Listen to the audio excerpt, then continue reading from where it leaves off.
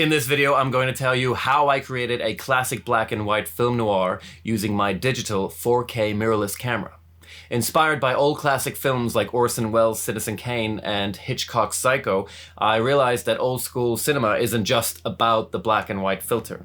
It's the high contrast lighting, the almost old-time radio sounding audio quality, the fast-paced theatrical acting, the claustrophobic effect of the 4:3 aspect ratio, the histrionic musical scores that pull you away from reality and into cinematic fantasy, and of course, the unbeatable and glorious 35mm film look.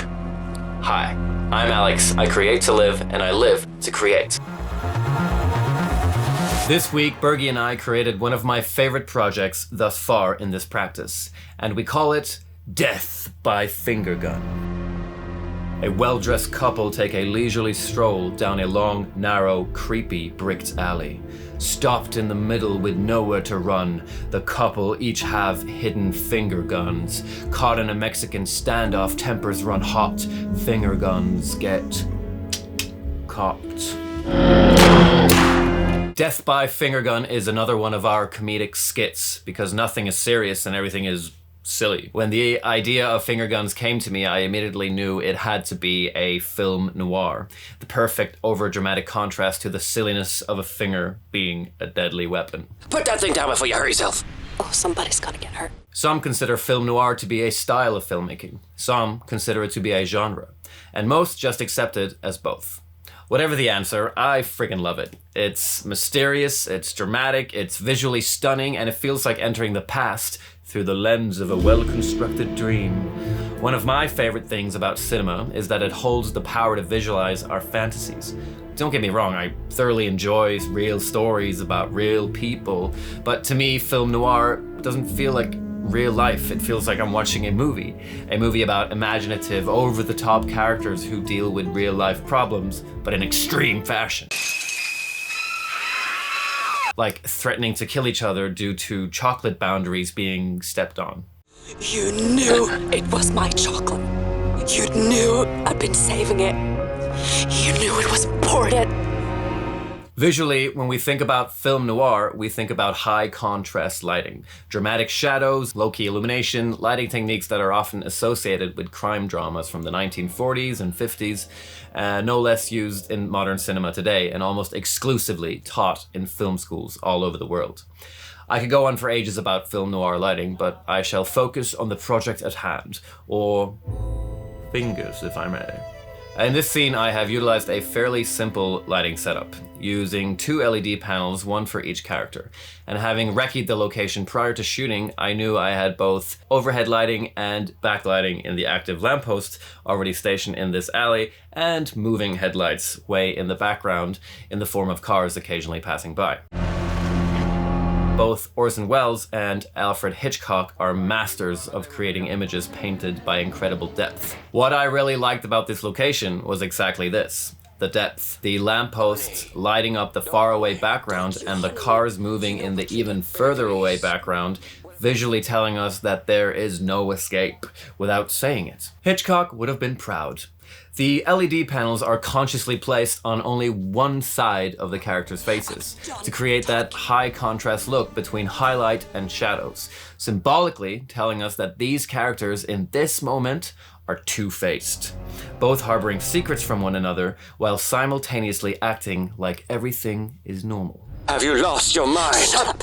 Shut your dirty lying mouth! So you see, your lighting along with location and composition can be as much of a storyteller as the spoken word. Maybe even more if you're paying attention. Turning digital into film. I shot Death by Finger Gun on my Sony FX3, a modern high-quality digital mirrorless camera that keeps up with industry standards in 2025.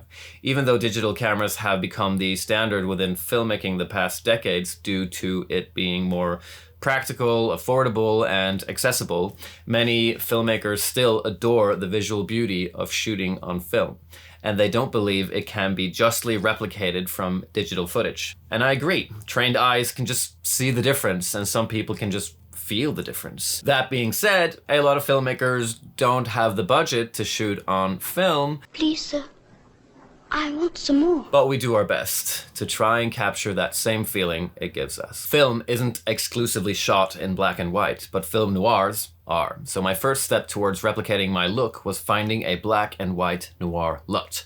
LUT stands for lookup table and is essentially a filter that I uploaded onto my SD card and added to my in-camera LUTs. I wanted the film to have the classic 4:3 aspect ratio that once upon a time was the Academy standard.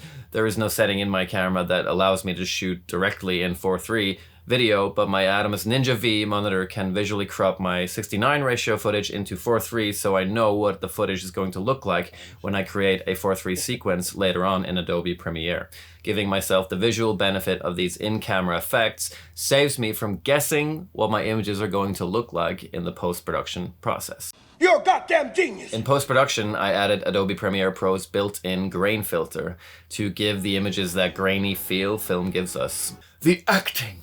I wanted the acting to be a contrast between comedy and dramatically serious. I feel like actors back in the day were all very theatrical, meaning it felt more like a performance of scripted lines being quick-fired back and forth rather than a natural conversation with room to breathe. I find this style of acting to be a very charming detail of old movies that also makes me chuckle due to its absurdity. Bergie's character dips into the classic femme fatale role, meaning an attractive and seductive woman, especially one who is likely to cause distress or disaster to a man who becomes involved with her.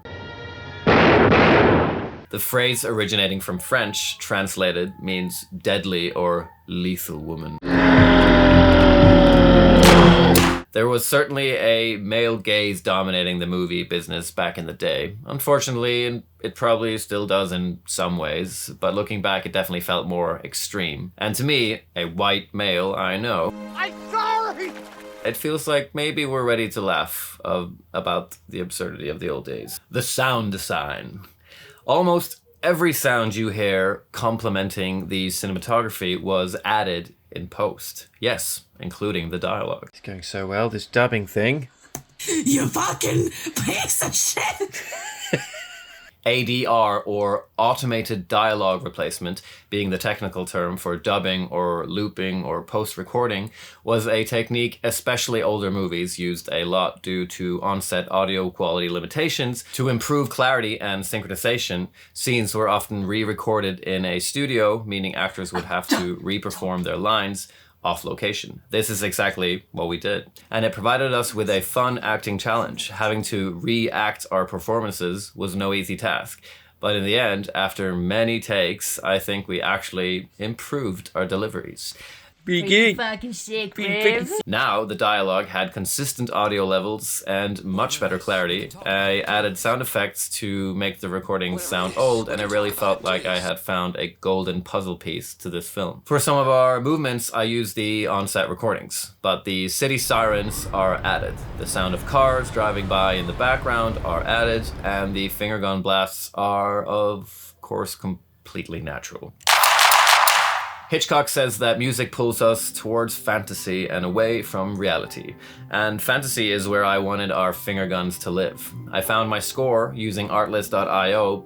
Simply by punching film noir into the search engine, I discovered the exact musical style I wanted to add that extra layer of drama and suspense to my images. What did I learn? Taking inspiration from great legendary filmmakers like Orson Welles and Alfred Hitchcock has truly changed my way of thinking when it comes to composing an image.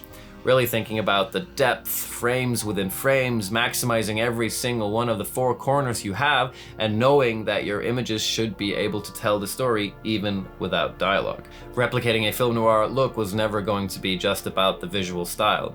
It's the writing, the acting, the location, the costumes, the makeup, the props, the sound, the editing, the music, the sound design, the directing, and the cinematography. Wish we had a script supervisor too, because Easter egg alert, there's a blooper. My point being, cinematic styles are a combined effort. If you're lucky enough to have a big team of dedicated professionals helping you focus solely on your cinematography, you are living the dream, my friend. But I still think it is highly valuable to have practiced being in your teammates' shoes, so that you know how to communicate what you need from each department when that big opportunity finally comes along. Thank you so much for... Mate! Thank you so much for watching until the end. You are officially my favorite person. If you like these videos, maybe you give the subscribe button a little tickle. Maybe you check out my social links below. Hate me or love me in the comments. I treasure all of it. Until next time, peace.